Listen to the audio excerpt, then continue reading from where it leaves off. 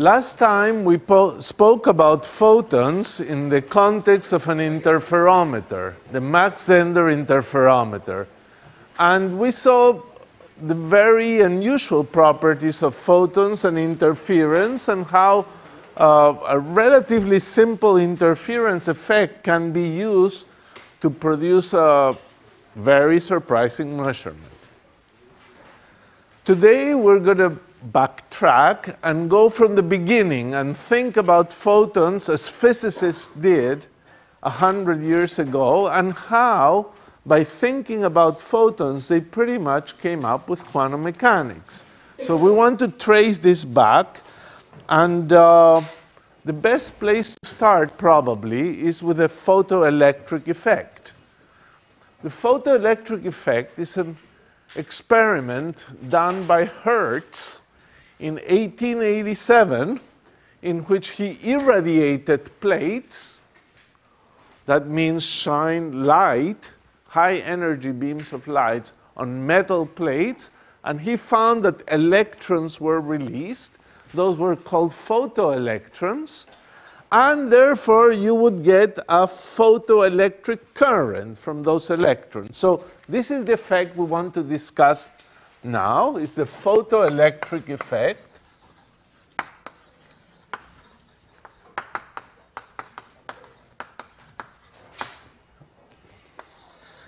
And it's Hertz,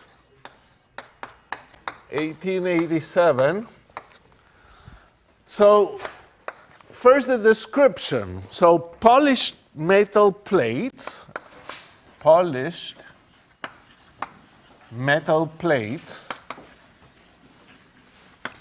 irradiated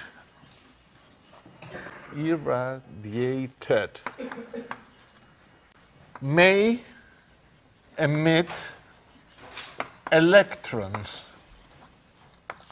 And these are called photoelectrons sometimes. Photoelectrons is just an electron that was released due to a photon. And therefore we get a photoelectric current. Photoelectric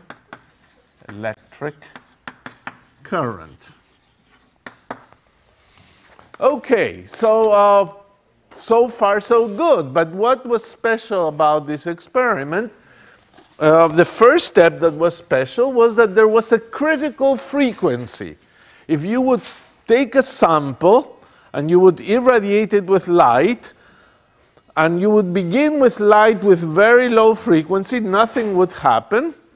And all of a sudden, after a certain frequency, boom, you would get a current. So there is a threshold frequency.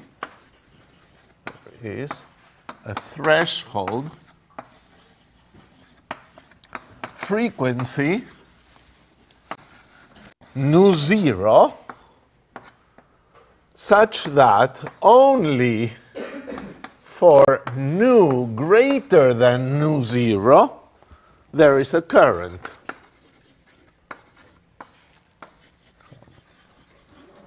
So no current for lower frequencies. Now, as it turned out, nu zero depends on the metal you're irradiating. And even more, it's a complicated thing to calculate. It depends on the surface of the metal, so that's why Hertz apparently had to polish the metal. And this frequency, if the metal is irregular, may depend on where you shine. So you better prepare the metal very nicely, and it may even depend on the crystalline nature of the metal, because it's a many-body effect. You see, anticipating the resolution, there's this piece of metal and there are a few free electrons running around, and they run around among the crystalline structure of the metal, and removing them, it's going to take some energy, and that energy depends on the metal and the arrangement and all kinds of things. So this nu zero depends on the metal,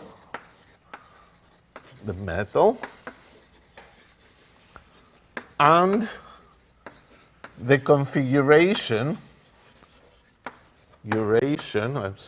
abbreviate, of atoms at the surface.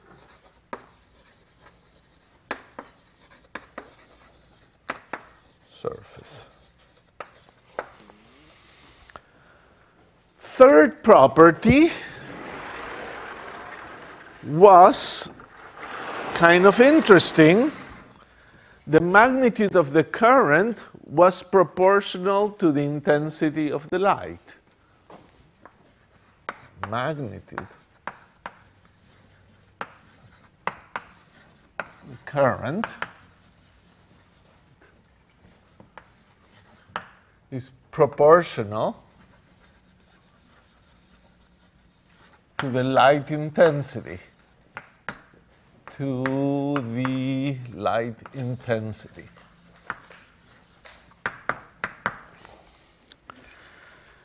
And perhaps the last one and fourth, a rather important one, a very crucial property, is that you could observe the energy of the photoelectrons, and it seemed to be independent of the light intensity. So energy of the photoelectrons is independent of the intensity of light.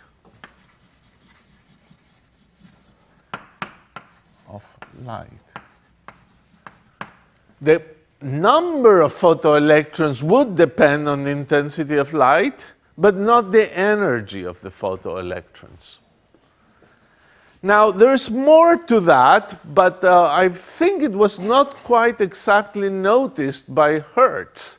So Hertz probably did notice all these things, but the last one that maybe we can put in brackets here is that the energy of the photoelectrons, E gamma, oh no, bad idea, E of the electrons, increases linearly with the frequency of the light.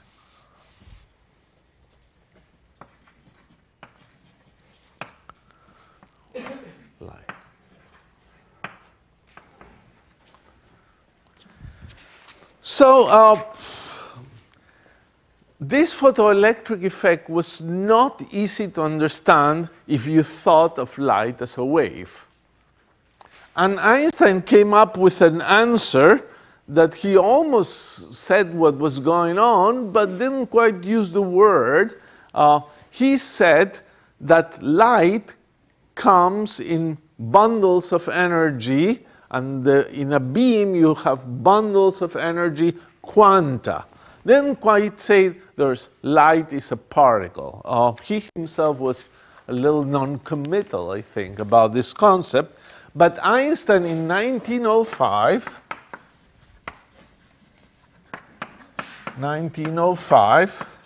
gives the natural explanation. It says that light is composed of quanta.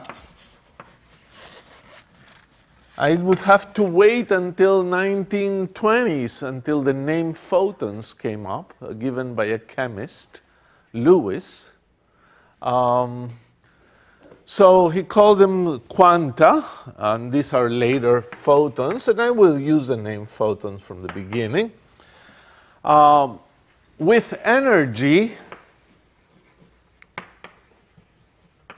G, E equal h nu, where nu is the frequency, and h was Planck's constant. Planck had already introduced a constant in trying to fit the black-body spectrum. The black-body spectrum, the intensity of light as a function of frequency in black-body radiation, had a particular curve. Planck tried to fit it, and he realized he needed one constant, and he called it h. That's Planck's constant. And the same constant that Planck introduced reappeared in Einstein's proposition. This is Planck's constant.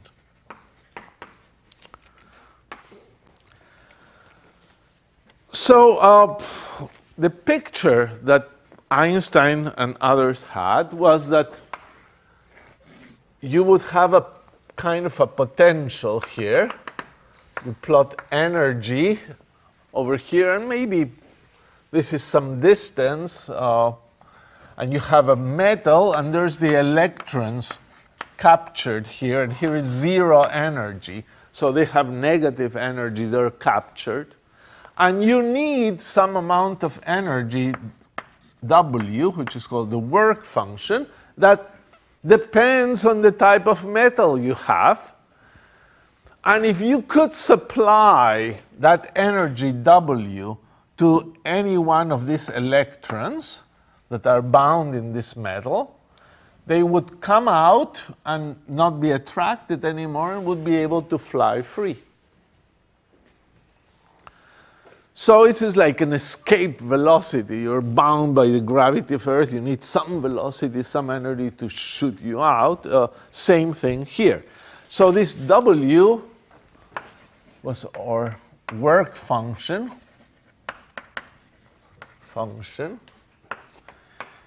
Is defined as the energy needed to release an electron. And that's that work function is that thing that depends on the metal you have and the structure and how well you've polished the surface.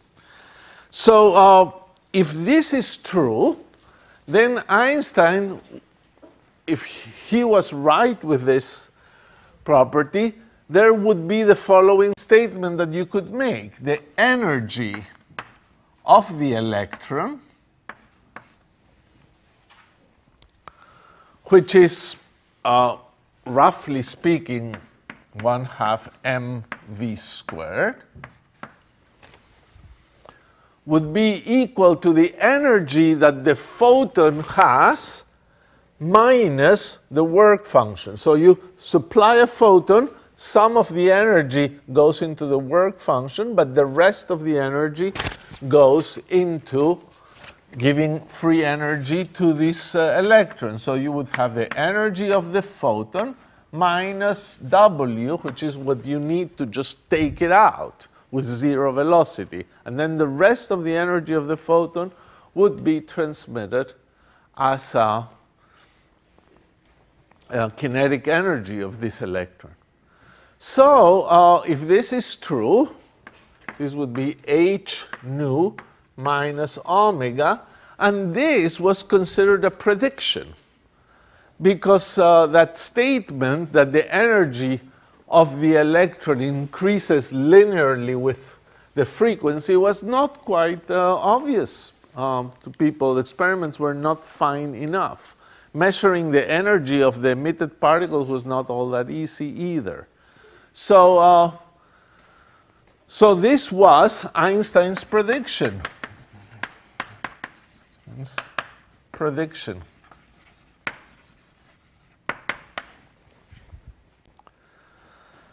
And the experimental confirmation took 10 years to come.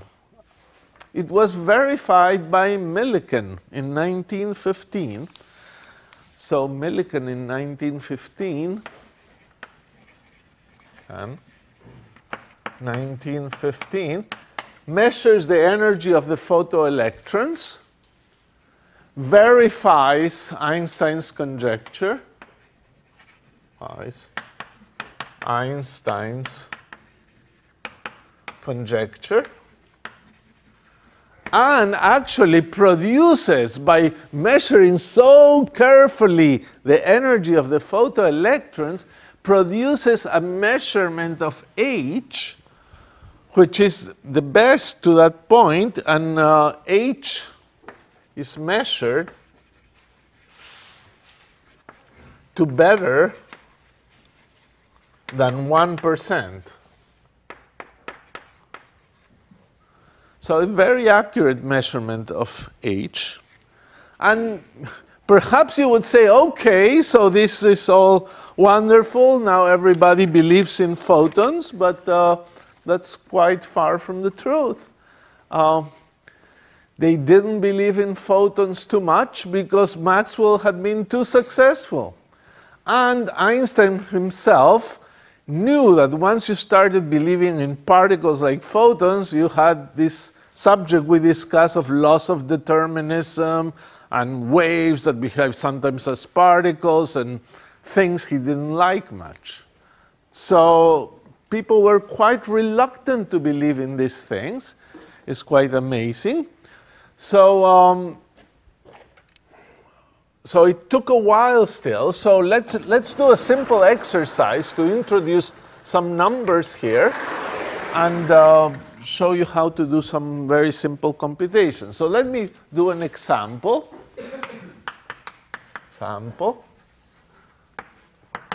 You shine UV light with lambda 290 nanometers on a metal with work function 4.05 eV. What is the energy?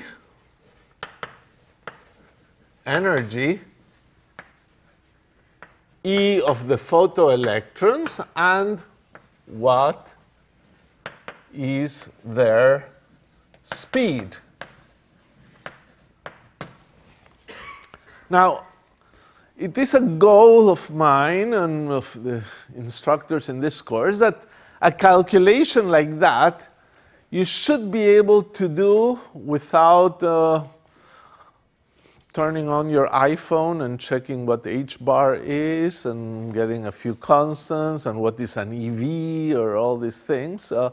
Well, nowadays you can just check Wolfram alpha and they will give you the answer for this in beautiful, beautiful calculations. You just copy the question like that, pretty much. I think it will answer it for you. But you should be able to do back-of-the-envelope calculations in which you estimate things quickly. And with one significant digit, you don't even need a calculator to do this. So let's see how one does this thing. So the first thing to do is to figure out what is the energy of this photon. That's the first problem. So the energy of a photon is h nu. But nu is not lambda, so nu times lambda is c, so this is hc over lambda, where c is the speed of light. Okay, hc lambda, we could do it if we knew h. I must say I never remember what h is in normal units. Joules, seconds, 6 point something, I don't quite remember it. So what do? I use h bar, which is h bar is h over 2 pi. So h is 2 pi h bar c over lambda. And here is where here is the first thing that maybe you want to remember by heart. H bar c is a pretty nice number. It's about 200 MeV times a Fermi. If you want it more precise, it's 197.33 if you want to get 5 digits, but it's pretty close to 200 MeV Fermi. And what is a Fermi? Is 10 to the minus 15 meters. Okay. So with this number, I claim you can do pretty much all you want to do. So here you have 2 pi times 200 MeV times 10 to the minus 15 meters divided, I'll put 197 here, 197, divided by lambda, which is 290 nanometers, which is 10 to the minus 9 meters. So 10 to the minus 9 and 10 to the minus 15 is 10 to the minus 6 up. And this is 1,000,000 eV, which is 10 to the 6 eV. So all these meters cancel, and there's just an eV left. So this is 2 pi times 197 over 290 eV. And you certainly can estimate this is like 2 over 3 times 2 pi, which is 6. And that's about 4. And if you want to do it more carefully, it comes out to 4.28 eV. And the nice thing is that the answer comes in eVs, and the work functions, everybody gives them in eVs. So it's a convenient thing. So at this moment, you have this electron energy of the photon being this. So energy of the electron is energy of the photon minus the work function, which is 428 minus 405 eV, and it's 0.23 eV. That's a kinetic energy, and that should be a non-relativistic electron because the rest mass of an electron is about 500,000 eV. It's 511,000 eV. So this is fairly non-relativistic, but how slow is it? Is it moving a centimeter per second? No, it's moving pretty fast. You can write this as 1/2 mv squared. And then what do? You put 1/2 m of the electron, c squared, v squared over c squared. And this is 1/2 of 511,000 eV times v over c squared. So do the arithmetic. It's 0.46 over that square root and multiply by the speed of light. You can do this roughly in your head, and the velocity comes out to 284 kilometers per second. So it's pretty fast.